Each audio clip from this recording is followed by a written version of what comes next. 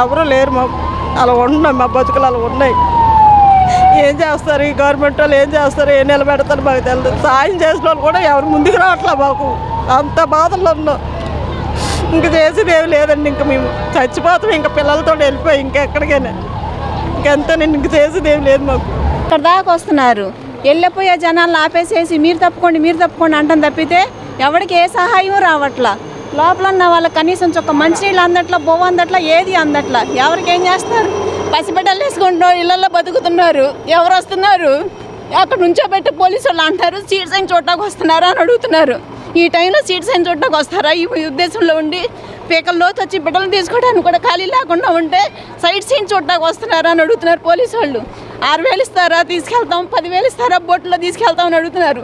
ఇప్పుడు పెట్టే స్థితి, డబ్బులు పెట్టే స్థితిలో ఉన్నారా? ప్రతి ఒక్కళ్ళు లక్షలు పెట్టే స్థితిలో ఉన్నారా? వీళ్ళకి ఎవరే సహాయం చేయకోకుండా ప్రతి ఒక్కళ్ళు, జగన్ వచ్చాడు ఏం చేశాడు, చంద్రబాబు వచ్చాడు ఏం చేశాడు, ఎవ్వరు ఏమీ చెయ్యట్లేదు. చాలా దారుణంగా ఉంది. తింటాకు కూడా మాకు లేదు.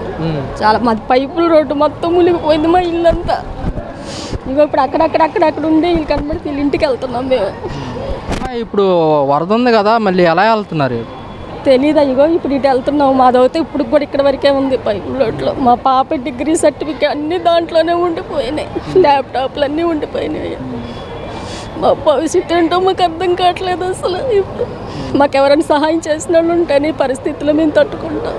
మాకు ఇప్పుడు దిక్కులేని పరిస్థితి, రోడ్ల మీద తిరుగుతున్నాం. 3 రోజుల నుంచి ప్లే ఓవర్ మీద అక్కడక్కడ కూర్చున్నాం. మాకెవరు కూడా లేరు. మీకు పునరావాస కేంద్రాలు కానీ అలాంటివి ఏమన్నా ఏర్పాట్లు చేశారమ్మా? చేశారయ్యా, కానీ మేము వెళ్ళలేకపోయాము. ఎందుకంటే ఇక్కడ ప్లే ఓవర్ మీద అక్కడక్కడ ఉంటున్నాం మేము. ఇంకో వర్షం వచ్చింది, వర్షంలో కూడా ఇప్పటి వరకు మళ్ళీ చేయగలిగింది చేస్తున్నారయ్యా. తిండి కాట్లకోతే ఇబ్బంది ఏమి లేదు, కాకపోతే ఎక్కడ ఉంటాకనేది మాకు లేదు. అంటే మీకు భోజనం కానీ సరఫరాలు అన్నీ చేస్తున్నారయ్యా, అన్నీ చేస్తున్నారు, సరఫరా అన్నీ చేస్తున్నారు. బాగానే ఉందిలయ్యా. కాకపోతే ఇక ఇల్లు అనేది లేకుండా పోయింది. ఇప్పుడు మాకు దిక్కులేని వాళ్ళ రోడ్ల మీద తిరుగుతున్నాము. అసలు మొన్న డాబాల మీద నుంచొని పిలుస్తుంటే ఎవ్వరు రాలేదు. డ్రోన్లు ఎగరేస్తున్నారు కానీ నుంచొని పిలిస్తే ఎవ్వరు రాలేదు అసలు. అంటే బాబు, ఈ 4 రోజులు కూడా మీరు అన్నానికి ఎలా ఇబ్బంది పడ్డారు? మంచినీళ్ళకి? మేము మాది అసలు ఈ ఊరు కాదు. మేము మా అమ్మ వాళ్ళ ఇంటికి, మేము మా అమ్మమ్మ వాళ్ళని తీసుకెళ్ళడానికి వెళ్ళాం. మీరు ఎలాంటి ఇబ్బందులు మీరు చూడలేదు కదా ఎంతవరకు ఇప్పుడు? అవును, అసలు డాబా మీద నుంచి మా ఇంటికి వెళ్దాం, డాబా మీద నుంచి డ్రోన్లు ఎగరేస్తుంటే పిలుస్తుంటే అసలు ఎవ్వరు రాలేదు. వాళ్ళందరూ అటువైపు తిప్పుకొని వీడియోలు తీస్తున్నారు కానీ మేము పిలుస్తుంటే అసలు ఎవ్వరు ఇటువైపు సందుల్లోకి కూడా రాలేదు బోట్లు వేసుకొని.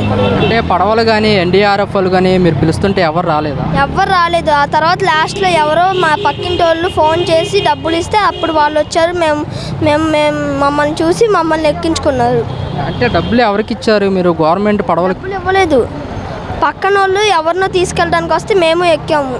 ఎన్డీఆర్ఎఫ్ అని చెప్పేసి ఓ బోట్లలో తిరుగుతుంటారు. 5 వచ్చేసేసి ఊరక షోయింగ్ చేసి చూసుకొని వెళ్ళిపోవాలి. ఎందుకు వస్తున్నారు, ఎందుకు వెళ్తున్నారో తెలియదు. కేకలేస్తుంటే వాళ్ళకి అనవసరం. మొత్తం కూడా అదే వస్తున్నారు. అరే ఎదలరు, ఎందుకు వస్తున్నారు మీరు? 5 వస్తారు ఒక బోటు మీద. ఎవరినన్నా ఉంటే ఒకళ్ళని ఎక్కించుకొని వెళ్తారు. వాళ్ళు 5 వచ్చి ఒక ఎక్కించుకొని వెళ్తారు. ఎన్డీఆర్ఎఫ్ చెత్త. ఎన్డీఆర్ఎఫ్ అంటే నాకు తెలియనప్పుడు అబ్బో సూపర్ అనుకున్నా, కానీ లైవ్లో ఎప్పుడైనా గుర్తుపెట్టుకోండి, స్థానికంగా ఉన్నవాళ్ళే మీడియాలో కనపడరు. కానీ అసలు సాయం అనేది స్థానికంగా కుర్రోళ్ళు కానీ స్థానికంగా ఉన్న ప్రజలు కానీ హెల్ప్ చేసుకోవడం తప్పించి, ఇదిగోండి డ్రోన్లతో ఆహారాలు, ఒక పులిహార ప్యాకెట్ పెట్టడాలు, అది చూపించడాలు, హెలికాప్టర్లో నుంచి పైనుంచి ఒక ఆహార ప్యాకెట్ చూపించేసి అదొక హైలైట్ చేయడాలు. మేము చూడు సాంకేతిక ఉపయోగించి పులిహార ప్యాకెట్లు అందించామనేది అంతా షోయింగ్ తప్పించండి. రియాలిటీలో అంతా కూడా సున్నానే. పాపం స్థానికంగా 3 రోజుల దాకా ఒక్కరు పట్టించుకోవాలి. మాలాంటి వాళ్ళనే కాదు తమ్ముడు, వాస్తవంగా అయితే ఆ 3 రోజులు అయితే హృదయ విచారక ఘటనలు తమ్ముడు. మానవతావాదంతో ఆలోచిస్తే ఇంట్లో ఉండి నా గురించి ఆలోచించాలా. అసలు మనము కొంచెం హైట్లో ఉన్న వాళ్ళే మనకి ఎంత ఇబ్బంది జరిగితే లోతట్టు ప్రాంతం వాళ్ళు ఎంత దారుణంగా ఉన్నారు అని చెప్పేసి ముందు ఇంట్లో ఉండి నా గురించి చేర్చుకోవాలా. ఇప్పుడు మనకు ఇప్పుడు G+2 ఉంది కదా, మన ఎదురు వాళ్ళు వీళ్ళని నాకు ఆ టయాన్ అయితే ఆ నీళ్ళను చూసి పెద్దవాళ్ళు నీళ్ళ మునిగిపోవడం కాదు, ఆ నీళ్ళను చూసి ముసలి వాళ్ళు లేదు, అక్కడికక్కడ కళ్ళు తేలేసి ఒక కారు మీద ఏలాడింది మా ఇంటి దగ్గర. ఆమె నీళ్ళు మునిగ్గా చచ్చిపోయింది. ఆ నీళ్ళలోనే ఆమెను కాపాడే లోపే ఆమె చచ్చిపోయింది. ఇంచుమించు మా ఎదురు వాళ్ళని పక్కన వాళ్ళ నీళ్ళు G+2 ఉన్నోళ్ళు ఎంతో కొంత శాలరీ ఇచ్చుకొని పక్కన సాయాలు చేసుకోవడం తప్పించి తమ్ముడు, మానవతావాదంతో పక్కన వాళ్ళే ఎవరన్నా సాయం చేసుకోవడం తప్పించి అలా కూడా కొంతమంది బతికారు. కానీ చెప్తున్న వాస్తవంగా హెలికాప్టర్లు తిరుగుతూ ఉంటాయి. ఎందుకు తిరుగుతారో అర్థం కాదు. దేనికి ఉపయోగం అది? NDRF బోట్లు తిరుగుతూ ఉంటాయి, ఉపయోగం లేకుండా. ఇదిగోండి అధికార యంత్రాంగాలు అనేది సున్న తప్పు తమ్ముడు. జనాలు చచ్చిపోతున్నారండి. అది రాత్రి ఇద్దరు చనిపోయారు లోపల. పొద్దున్న ఇక్కడ శవాన్ని బాడీ ఒకటి తీశారు. చచ్చిపోయిన వాళ్ళు చూడడం తప్పించి మా కళ్ళ నీళ్లు తుడిచేవాడు ఒకళ్ళు లేడండి. బియ్యం లోపలికి ఆహారం ఎన్ని వస్తున్నాయి కానండి, ఉడకని ఆహారం వస్తున్నాయి. రోడ్ల మీద మీరు చూడండి, తిన్నవాళ్ళు తక్కువ, మొత్తం పడేసిన వాళ్ళే. అంటే తీసుకుంటున్నారు కానీ, అంటే వాళ్ళు ఏమి ఐటమ్ ఇస్తున్నారు తీసుకుంటున్నారు కానీ తినడానికి లేదు. వాసన వచ్చిన ఫుడ్ పెడుతున్నారు, లేకపోతే నిన్న వండింది ఈరోజు పెడుతున్నారు. అదే లేదు అప్పటికప్పుడు ఉండే కానీ ఉడకట్లా అన్నాం, స్టోర్ బియ్యం ఇస్తున్నారు. ఎందుకు ఏం ఉపయోగం లేకుండా లోపల సహాయం వస్తుంది పేరుకి, ఆ సహాయం ఎవరికి ఉపయోగపడట్లా. అది రాత్రి నీళ్ళు రావడానికి కారణం ఏంటంటే ఇంకా మన అధికారులు ఇంకా జాగ్రత్తలు తీసుకోపోవడమే కారణం. అది తీసుకుంటూ మళ్ళీ పైన ఎందుకు వచ్చిందండి వరద?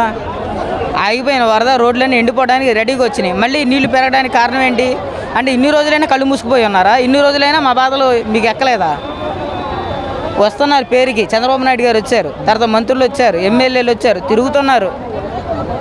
అన్నీ ఏంటంటే మాటలు చెప్పి వెళ్ళడమే ఉంది. ఇన్ని వేల మంది ఇక్కడ రోడ్డు మీద ఎందుకున్నారు? పునరావాస కేంద్రాలు ఏమైనాయి? ఆ రోడ్డు మీద అంతమంది అంత జనాల పాపులేషన్ వెళ్తున్నారు అనుకుందాం, బాగానే ఉంది.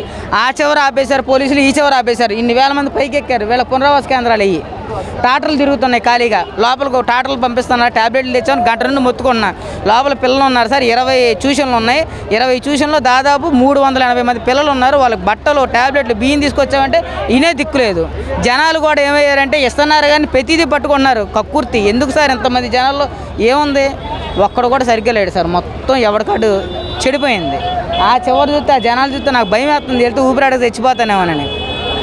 అలా ఉంది సార్ మా బతుకులే ఉంది. చెప్పుకొని కాసేపు అర్థమే కానీ ఎవడైనా గవర్నమెంట్ చూస్తే మెల్ల మీద పెట్టేస్తాను నన్ను ఈ మాటలకి. అంటే ఇదేంటంటే ఉక్కు పదంతో అణిచివేసే పద్ధతులు. కానీ నోరు నొక్కుకొని ఉన్నాం కానీ ఏది NDRF డిమాండ్ 5 పడవల తిప్పేది. ఇంత పాపులేషన్ ఉంది, 5 పడవల, ఒక డాక్టర్ లోపల, ట్యాబ్లెట్లు మీరు ఇచ్చేది. ఆదివారం ఉదయం 6 గంటలకు వరద స్టార్ట్ అయింది విజయవాడ సింగనగర్ ప్రాంతంలో. ఈ వరద శుక్రవారం నైట్ కొండపల్లిలో చేరింది, కొండపల్లిలో వచ్చింది. శనివారం కొండపల్లిలో ఉన్న శాంతినగర్ ఏరియాని, ఎస్టీ కాలనీని, ఆర్సీఎం కాలనీని ఖాళీ చేయించారు. అంటే శుక్రవారం నైట్ శనివారం 24 గంటల సమయం ఈ ప్రభుత్వం ఏం చేసిందని అడుగుతున్నా. 24 గంటల సమయంలో ఈ ప్రభుత్వం ఏం చేసింది అంటే నిమ్మక నీరుతుందా అంటే వదిలేద్దాం అనుకున్నారా? ఆ వాటర్ కానీ అటు కానీ మళ్ళించేది మహా అయితే BTS మునిగేది, లేదా కృష్ణాంధ్ర ఇంకో లెవెల్ పెరిగేది. ఇంత ప్రాణ నష్టం జరిగేది కాదు. నేను ఒకటే అడుగుతున్నాను, ఇవాళ టీవీలో చూపిస్తుంది అంతా కూడా అబద్ధం. ఇక్కడ జరుగుతున్న రియాలిటీ వేరు. మేము అంతమందికి అన్ని లక్షల మంది ఫుడ్ ఇచ్చాం, ఇన్ని లక్షల మంది ఫుడ్ ఇచ్చాం అనే మాటలు సొల్లు మాటలు. డ్రోన్లు తిప్పడం ఎంత సొల్లు, రియాలిటీ వేరు. దయచేసి జరిగిన నష్టం ఎట్లా జరిగింది నేను అడుగుతుంది అంటే వాలంటరీ ఆర్గనైజేషన్స్ని, మత పెద్దలను, కుల పెద్దలను, కుల సంఘాలను, వివిధ రాజకీయ పార్టీలను, ప్రతిపక్షాలను, పాలకపక్షాన్ని అడుగుతున్నా, స్వచ్ఛందంగా నిజాయితీతో పనిచేయండి. ఈ యొక్క ఆపత్కాల సమయంలో ప్రజలు చాలా ఇబ్బందులుగా ఉన్నారు. దయచేసి వాళ్ళకు చూసినట్లయితే ఆ వాంబే కాలనీ చివరి ఇప్పుడు 4 రోజులు అయిందంట భోజనం అందక. ఎక్కడెక్కడ డంప్ చేస్తున్నారు. మనకు విజయవాడ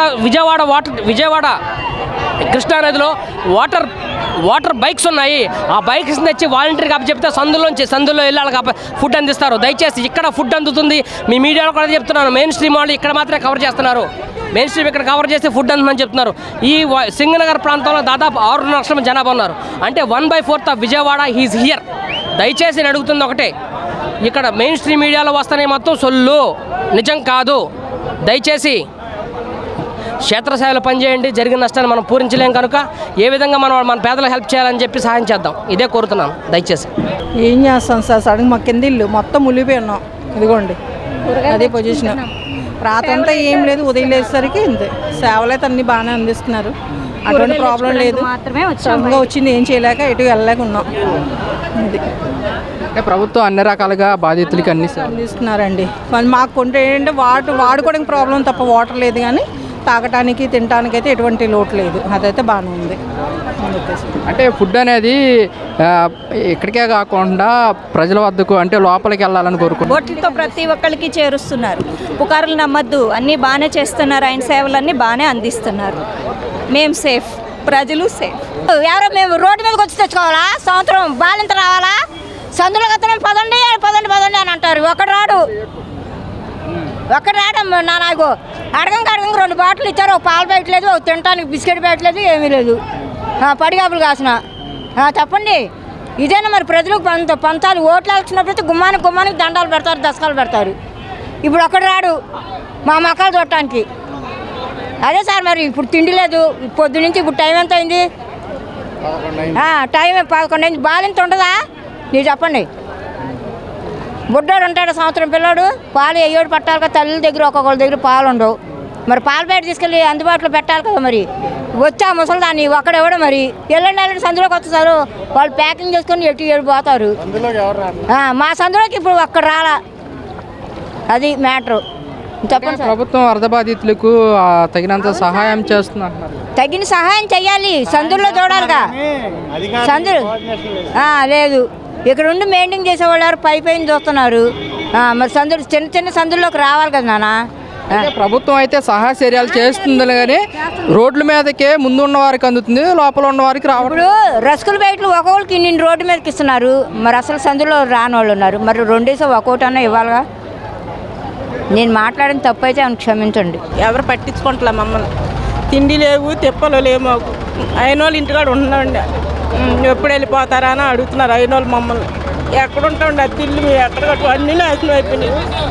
డబ్బులు కూడా పింఛన్ డబ్బులు కూడా బాబు ఇంట్లో పెట్టేసి వస్తున్నాను. ఇప్పుడు వెళ్ళాను పేరాలు అడ్డాలు పెట్టుకుని. ఎవరు సాయం చేస్తలేదండి బాబాకి. ఏం చేస్తాండి? బంధువుల ఇంటికి వెళ్తే మిమ్మల్ని ఎప్పుడు వెళ్తారని అడుగుతున్నారమ్మా. బంధువులు ఇంటికి వెళ్తే ఎప్పుడు వెళ్తారండి అని అడుగుతున్నారు. ఎలాంటప్పుడు ఆదుకోవాలి కదండి. బంధువులు కూడా మమ్మల్ని ఆదుకుంటలేదండి. మమ్మల్ని రోడ్ల మీద ఉండాల్సి వస్తుంది. పాప గర్భిణీతో ఉంది, నిండు గర్భిణీ పాప. ఎవరో పట్టించుకోవట్లేదండి. పోలీసు చేసి పిల్లల్ని తీసుకెళ్ళిపోమంటున్నారు. ఎందుకండి దేనికి పట్టించుకుంటున్నారు? గవర్నమెంట్ వాళ్ళు మమ్మల్ని దేనికి చూస్తున్నారు? దేనికి పట్టించుకుంటారు? పాప నేను నోట్లు ఇక్కడ ములిపోయి పాపని అలాగే తీసుకొచ్చాను, గర్భిణీ పాపని. 3 రోజులు పెట్టి అక్కడ ఉన్న కొత్త రాజనగర్లు ఎవరో రావట్లేదు. పోలీసు చేసిన ఎవరికి సంబంధం లేదు అంటున్నారు, మాట్లాడుతున్నారు. అంటే గవర్నమెంట్ ఎన్డీఆర్ఎఫ్ సంస్థని బృందాన్ని ఏర్పాటు చేసింది కదమ్మా. చేశారండి. అటు రావట్లేదండి లోపలికి. వస్తే మేము చెప్పం కదండి. రాక మాకు తెప్పలు రావట్లేదు. ఎవరు రావట్లేదు. అయిన వాళ్ళు వచ్చి మా పడవల మీద తీసుకొచ్చారు. ఫోన్లు చేస్తాయి రానంటున్నారు. వాటర్కి జడిసిపోతున్నారు. మేము చచ్చిపోతాం, మేము రామంటున్నారు.